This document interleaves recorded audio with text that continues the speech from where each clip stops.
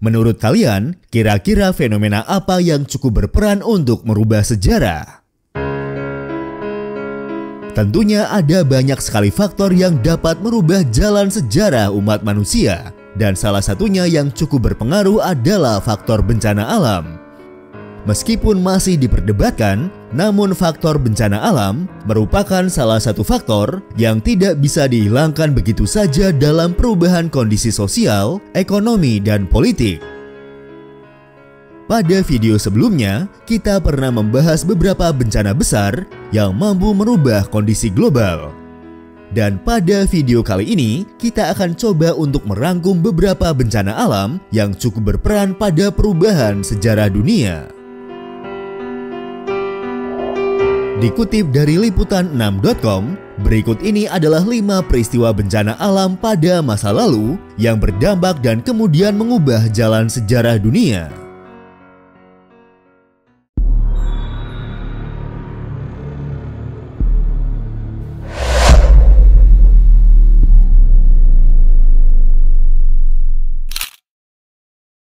Yang pertama ada Black Death. Black Death atau yang dikenal juga sebagai maut hitam adalah pandemi yang disebabkan oleh bakteri Yersinia pestis dan menyebar di Eurasia pada sekitar pertengahan abad ke-14. Tidak main-main, wabah ini menyebabkan kematian untuk 75 hingga 200 juta jiwa atau hampir 60% dari populasi Eropa dan Asia pada saat itu. Wabah ini diduga bermula dari padang belantara Asia Tengah dan terbawa ke Eropa melalui jalur sutra ke Crimea, kemudian menyebar melalui kutu tikus yang ada pada tikus-tikus hitam. Tikus-tikus itu seringkali menjadi penumpang yang tidak diundang pada kapal-kapal dagang. Ramainya perdagangan membuat wabah ini sulit untuk dimusnahkan dan muncul wabah-wabah setempat hingga 5 abad kemudian. Wabah ini juga membawa keguncangan sosial pada gereja Kristen. Ada beberapa kelompok yang dituding menjadi penyebabnya, termasuk kaum Yahudi, pengemis, penderita lepra, biarawan, peziarah, dan kaum Romani. Orang-orang berpenyakit kulit semisal lepra dituduh dan dimusnahkan dengan penuh dendam. Demikian juga dengan selentingan bahwa kaum Yahudi mencemari sumur-sumur di seluruh Eropa. Akibatnya, pada bulan Februari tahun 1439, sebanyak 2.000 kaum Yahudi dihukum mati di Strasbourg oleh warga yang penuh amarah. Banyak warga Yahudi di Kolon dan setidaknya 200 komunitas Yahudi lainnya yang dimusnahkan pada saat itu oleh mereka yang terjebak dalam dendam keagamaan.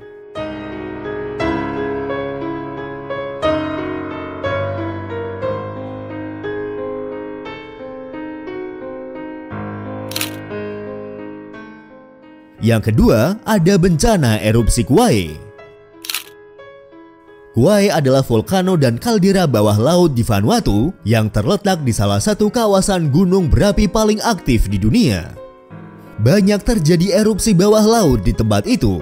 Kadang-kadang letusannya sampai menembus permukaan laut sehingga meninggalkan bekas berupa pulau-pulau kecil yang perlahan tenggelam kembali ke dasar laut. Misalnya, erupsi pada tahun 1901 yang meninggalkan jejak berupa pulau sepanjang 1 km dan lebar 15 meter yang kemudian tenggelam lagi 6 bulan kemudian. Ledakan raksasa pada tahun 1452 hingga tahun 1453 menghancurkan Pulau Kauai dan meninggalkan 2 pulau yang lebih kecil bernama Tongoa dan Epi, terpisahkan oleh kaldera seluas 12 kali 6 km persegi di antara keduanya. Kaldera itu sering mengalami kegiatan vulkanik.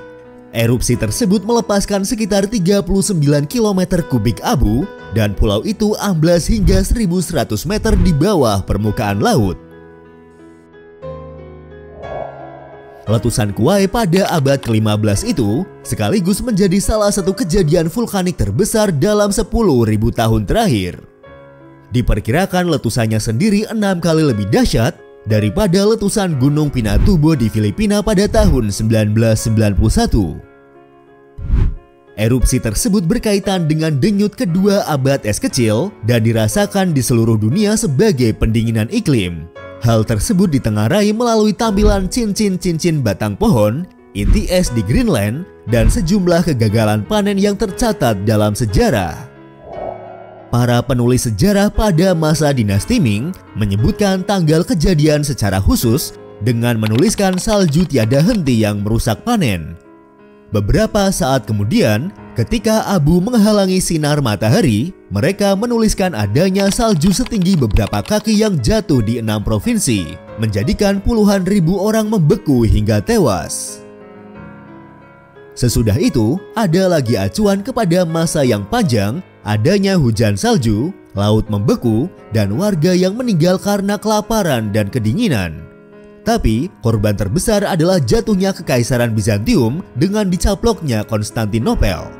Di bawah pimpinan Sultan Mehmed II, pihak Turki Ottoman menyerbu Konstantinopel pada tanggal 5 April tahun 1453 dan mendudukinya pada tanggal 29 Mei tahun 1453. Catatan sejarah kota pada masa itu menyebutkan adanya dampak parah letusan gunung berapi, termasuk kabut tebal pada bulan Mei yang tidak pernah ada sebelumnya, hujan deras yang ganas, langit merah darah di siang hari, dan banjir yang bertubi-tubi. Orang-orang di luar kota menduga kota itu sedang terbakar. Menurut para ahli sejarah, kobaran api menyelimuti Hagia Sophia, dan petir-petirnya bisa terlihat dari tembok-tembok, tampak berkilauan dari jauh di pinggiran kota di belakang perkemahan Turki. Fenomena tersebut sebenarnya pantulan dari awan debu berwarna merah pekat yang ada di atmosfer. Pengepungan mungkin saja ditunda kalau panennya berhasil sebelum kedatangan pasukan penyerbu. Kegagalan panen akibat debu vulkanik menyebabkan pengepungan hanya berlangsung selama beberapa minggu, tidak perlu berbulan-bulan. Hal itu menyebabkan kehancuran Kekaisaran Bizantium sehingga memungkinkan Kesultanan Ottoman berkembang. Apa yang dialami oleh Bizantium ini disebabkan salah satunya karena suatu pulau yang sekarang sudah lenyap di Samudra Pasifik itu, maka para pelarian dari Konstantinopel termasuk para penulis, musisi, ahli astronomi, arsitek, seniman, filsuf, ilmuwan, politisi, ahli teologi dan lainnya dibawa ke Eropa Barat untuk melanggengkan dan menularkan pengetahuan dari peradaban mereka.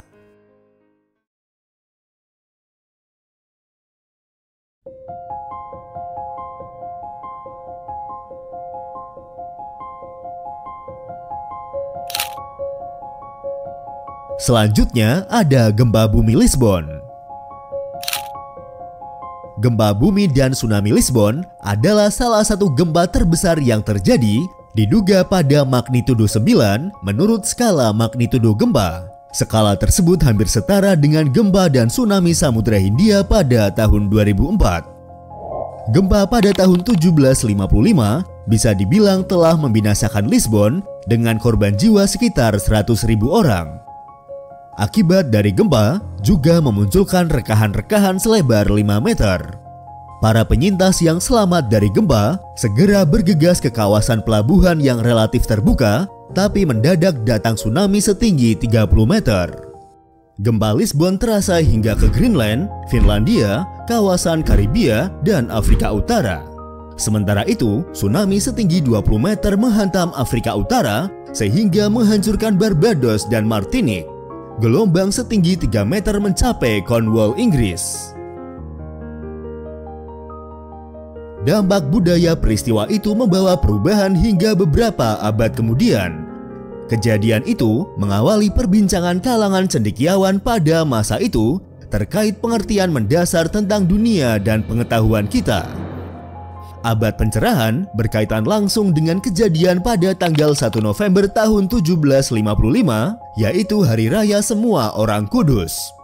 Apalagi karena bencana itu menghancurkan hampir semua bangunan keagamaan dan gereja di Lisbon dan Portugal. Kejadian itu menyebabkan kebingungan massal tentang Tuhan yang dianggap menjatuhkan bala kepada bangsa yang taat pada agama Katolik Roma. Para filsuf pun mendebatkannya dengan para rohaniawan. Gempa bumi itu juga berdampak bencana pada ekonomi Portugal. Hanya dalam sekejap, Gempa itu memusnahkan kekuatan mereka sebagai penguasa lautan sehingga merenggut 45% PDB kerajaan. Voltaire menggunakan puisi Poémie sur les désastres de Lisbonne dan beberapa bagian dari Candide untuk menyerang filsafat Tuhan yang mengetahui pada masa itu yang melarang orang untuk mempertanyakan hal-hal yang terkait dengan keyakinan. Dimulailah perlawanan terhadap indoktrinasi keagamaan secara buta, menuju kepada pertanyaan yang lebih logis tentang mengapa kita menaati apa yang kita lakukan. Hal itu membuka jalan kepada metode ilmiah yang mensyaratkan bukti bagi kenyataan fisik kita. Immanuel Kant, Jean-Jacques Rousseau, dan banyak cendekiawan lain mendapat inspirasi dari gempa itu dan membawa kita kepada revolusi budaya, politik, ideologis, dan industrial di Eropa. Bencana itu juga menjadi titik terpenting dalam ilmu seismologi dan mengapa bumi bereaksi seperti itu. Penjelasan ini menjadi sumber utama yang dipercaya dan diterima. Bencana ini juga memunculkan gagasan seperti kebebasan, kemajuan, toleransi, persaudaraan, pemerintahan konstitusional, dan pemisahan agama dari negara. Hadirlah ungkapan oleh Sapir, berani mengetahui.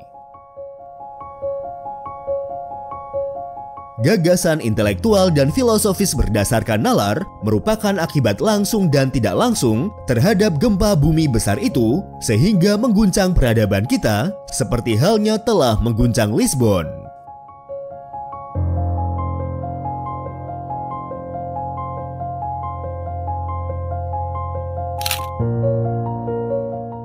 Yang keempat adalah letusan Laki.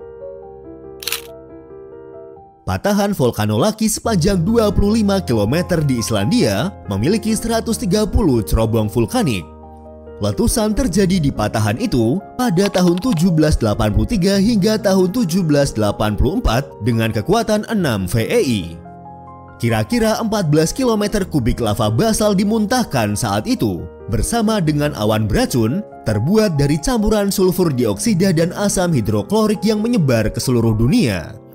Awan itu menyebabkan hujan asam di sebagian besar Eropa dan debu di seluruh dunia yang menghalangi sinar matahari sehingga menurunkan suhu secara global. Akibatnya, kelaparan, penyakit, dan kematian hadir di mana-mana.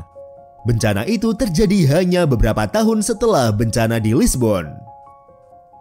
Dampak di Islandia adalah meninggalnya 25% populasi di sana, 50% ternak, dan hampir semua panen di tahun itu menjadi gagal. Aliran tiang lava dari letusan itu bisa mencapai ketinggian 1.400 meter ke udara. Tingginya tersebut sekitar 5 kali tiang lava Hawaii. Selain itu, letusan ini juga melepaskan sekitar 8 juta ton hidrogen fluorida dan 120 juta ton sulfur dioksida ke seluruh Eropa. Semburan itu kemudian dijuluki sebagai kabut Laki. Gas dan debu itu memperlemah monsun di Afrika dan India, serta membawa kematian 1/6 penduduk Mesir pada masa kelaparan 1784.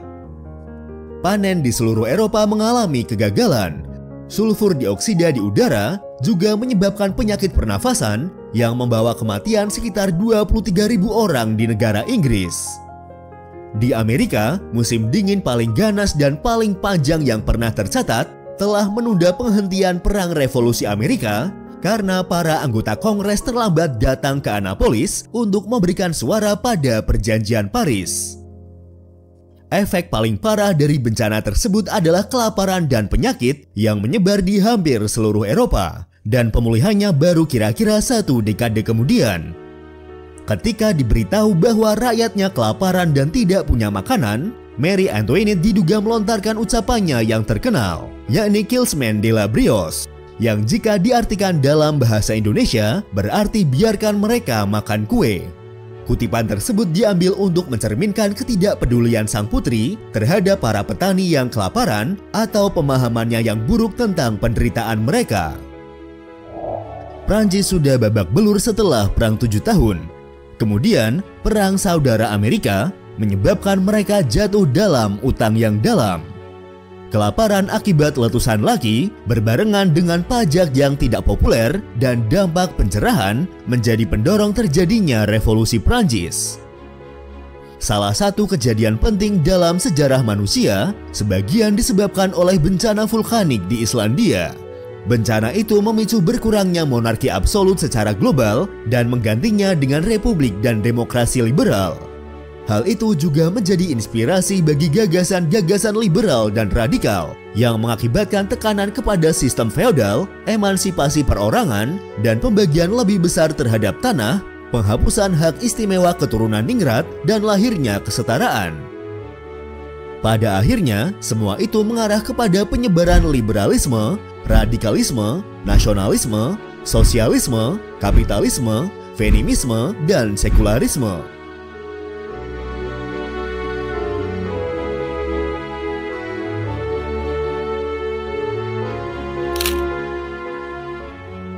Yang terakhir ada erupsi Tambora. Letusan Gunung Tambora pada tahun 1815 merupakan letusan terbesar dalam sejarah modern dengan skala VEI tingkat 7. Dampak dahsyatnya terasa ke seluruh dunia, misalnya keberadaan tahun tanpa musim panas. Letusan ini juga menjadi denyut terakhir dalam zaman es kecil yang ditandai dengan peningkatan vulkanisme, pengurangan kegiatan matahari, dan berkurangnya interaksi manusia dengan iklim. Ada 3 denyut penting selama abad ke-19 yang juga disusul oleh letusan-letusan lain. Ada suatu letusan misterius berkekuatan 6 VEI pada tahun 1808 hingga tahun 1809. Letusan Kuwait menjadi yang kedua hingga menambah ketidakstabilan iklim. Dari tahun 1808 hingga tahun 1815, ada beberapa letusan vulkanik seperti letusan La Soufrière di Kepulauan San Vincent pada tahun 1812, letusan Gunung Suwanosejima di Jepang pada tahun 1813, letusan Gunung Mayon di Filipina pada tahun 1814, dan letusan Gunung Tambora menjadi yang terkuat. Dengan demikian, dekade tahun 1810-an menjadi yang terdingin selama 500 tahun terakhir. Awan abu semburan Gunung Tambora menghalangi radiasi matahari sehingga iklim membeku dan menggagalkan panen sebagaimana yang dicatat di Eropa, Amerika, dan Cina. Harga-harga meningkat 4 kali lipat dari tahun sebelumnya sehingga menimbulkan kerusuhan dan kekacauan masyarakat di seluruh Eropa. Badai, banjir, dan kebekuan yang tidak normal juga melanda banyak bagian dunia. Dampaknya sangat terasa di Eropa, sehingga melahirkan banyak kebijakan sesudahnya. Beberapa tahun sesudah bencana, terjadi peningkatan luar biasa penyakit tifus dan kolera di Eropa dan India. Secara budaya, lukisan-lukisan G.M.W. Turner menggambarkan langit yang merah sebagai pemandangan luar biasa terbenamnya matahari. Kurangnya pakan ternak mungkin memicu Caldrice menciptakan velocipede yang menjadi cikal bakal alat angkutan mekanis. Letusan-letusan itu juga mungkin telah memicu pemukiman di jantung daratan Amerika. Para pemukim pindah dari New England karena panen yang gagal. Mungkin ini juga menjadi penyebab awal gerakan anti perbudakan. Pupuk mineral diciptakan sebagai akibat langsung kelaparan di seluruh dunia. Justus Freyhoven Liebe, seorang ahli kimia berkebangsaan Jerman, mengingat masa kecilnya yang dilanda kelaparan. Ia kemudian dikenal sebagai bapak pupuk modern.